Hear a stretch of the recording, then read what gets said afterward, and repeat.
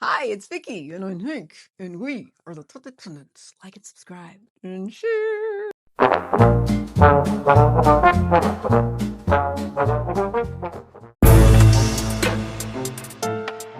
Okay, so today the news. All right, what you got for me? All right, this California resident in the LA area, heard this crazy noise coming from this engine.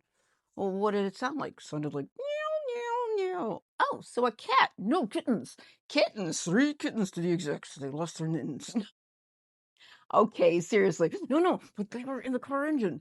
What were they doing there? I had no idea. Anyway, officers came out. They retrieved the kittens one by one. Wow. So are they okay? Yeah, unharmed, just dirty. Okay. So are they up for adoption? Not yet. No, they're in foster care, awaiting to be adopted once they're a little older. But they're very lucky kittens.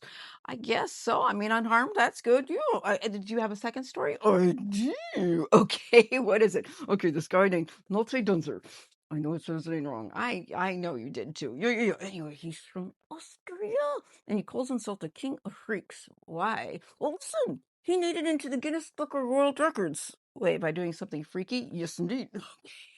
What did he do? Well, he went on to this German TV show that I cannot pronounce, so I'm not going to. Now, please don't. Yeah. It's filmed in Munich, so he's there, right? And he has this amazing thing that he does. Okay. Yeah. So he oils up some uh uninflated balloons, and he threads them up his nostril. What? And then he pulls it out of his nose. Oh, man, no, that's what he does. Wait, so he got into the Guinness Book of World Records for that? Yes, we're doing it 10 times in a minute. Oh, gosh, why? I don't know. But he tried out different balloons until he found the right kind. Different balloons till finding the right kind? Yeah. Anyway, congratulations for making it into the Guinness Book of World Records by doing something so gross. So gross. Yes, I agree that it's odd. It's very odd, and it's true. Okay. And we'll see you later. Well, hello, it is Destiny with reality, and we are talking about RuPaul's Drag Race Season 18 on NTV. That is right, and it is Mamas, Don't Let Your Babies Grow Up to Be Cowboys. Yes, sad episode. It was a sad episode. Had me all in my emotions. You and me both. Oh my goodness. Well, let's start it off. Okay, Darlene Mitchell, congratulations. She got her first Ninny win. She did where, from a bunch of rodeo cowboys, gay rodeo cowboys, she had to assign them to each of the other queens to have them, well, make the family resemblance, and they do that every year. They make up like butcher guys, I would say, and they make them into lovely drag queens. Yes, and Mikey Meeks actually, her drag queen that she made up, the cowboy, used to do drag. Yeah. So you think that would be an unfair advantage? But let me tell you something. All those cowboys just knocked it out of the park. They did. Yeah. And the only really critiques were, well, whether it was a family resemblance or not. And I gotta say, I was shocked. Jane Doe ended up in the bottom for the very first time. I know, which was sad. Because her queen, well, her cowboy queen, oh, you see it. Yeah, died of a heart attack like 2 weeks after they filmed the show. Oh my gosh, Jerry Cousington. It was, yeah. So that was really sad, and she feels so bad because she's like, the first time I had to do something for someone else, and I botched it up. Yeah, but you know what? She did a good job. That the red hair does not a family resemblance make.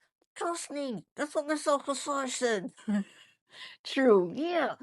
And then La Roche says they didn't get Discords at all. Well, they were trying to do like the punk girl, and then the preppy girl, both mean girls, so they didn't work. And Ruth Paul, you warned for Discord. That's that in the break room. When Ruth Paul warns you, don't do it. I know it usually never ends up well. I'm telling you. So yeah, but I gotta say, Darlene Mitchell did a great job. She did do a good job. Yeah, and her queen was so neat. Yes, and Nike Neeks, woo, Nike Weeks won. Yes, but I gotta say that the conversation that Jason, who was Nene Coco's cowboy, that was a really sad one. Yeah, because okay, so her cowboy was in the military before, in the army, and had a friend who was unalived by being their trans partner to a picnic, and they just, deet. Oh, till unalived. It was really sad. That's what I'm saying, sad episode. I know, Terry Covington, and then this story. Why can't you do this with each other? You don't have to agree, just love. It's not so hard. You know, it's harder to hate than it is to love. I agree. Oh gosh. Anyway, that was a really hard one. And then Nini Coco ends up in the bottom. Yeah, after that whole story and everything, that was hard. Yeah, but do you agree? I do. I mean, I think they all did a pretty good job this time. So it's really hard. So you're really splitting hairs on everything now. Yeah. I agree with that. So it is between Nini Coco and Discord to let's encore their lives. Yeah. And Discord has to set shit away. And he said too. I know, me too.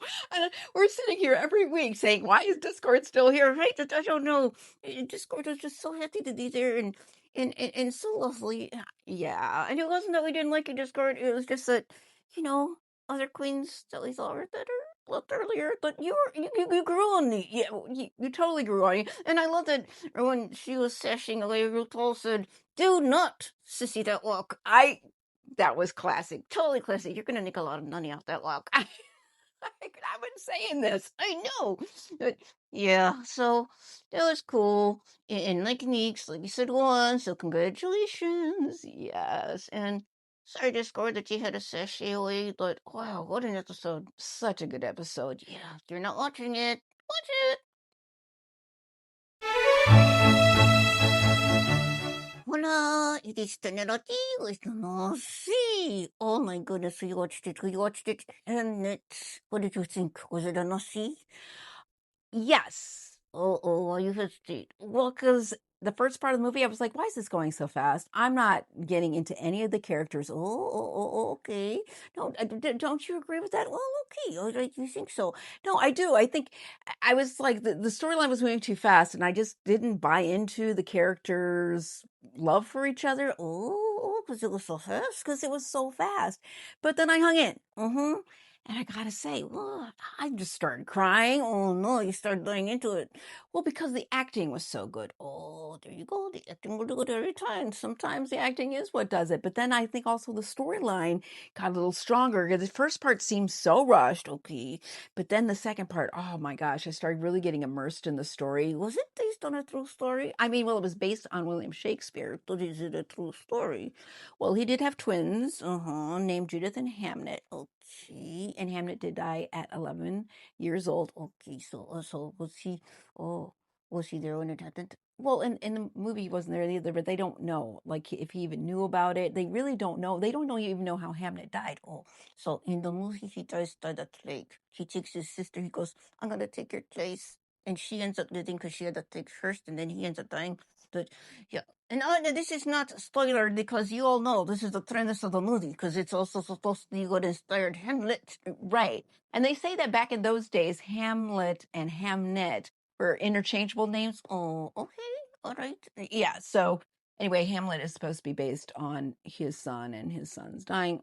We don't know for sure, but we do know it was a good movie, right? Yes, I will say it is a must see. The acting is brilliant. There you go. And then the writing and the cinematography. It is a beautifully made film. Okay, so a must see. Yeah, I mean, if you want to see a movie that made it to the Academy Awards, I would say that it's a must see. Howdy, it is Nerdy the News with trend and news for use. And what? In the Taylor Frankie Paul of it all? Tell me about it. Oh, man. Well, this is what you get for rewarding behavior. Yeah, this is what we keep saying all the time. Oh, I know. Okay, so here's the story. So, Taylor Frankie Paul, who is on The Secret Lives of Lauren and Laws. Do you watch the show? No. But do you like reality TV? I do, but I try to watch it and I just was like, I just couldn't get into it. Well, anyway, unless she cray too. I mean, they're all a bit cray. Yeah. Anyway, so the video was leaked of her fighting with Dakota, who was her stylist, I think it was. Yeah, they're fighting, and then she throws a chair across the room at him, and it hits her kid, which is crazy. Yeah, and she went to court for that and everything. Well, she should have gone to court for that because that's abuse. And she didn't even go to the kid right away when it happened. No, she just kept on like she was in a fury. Right. So she went to court.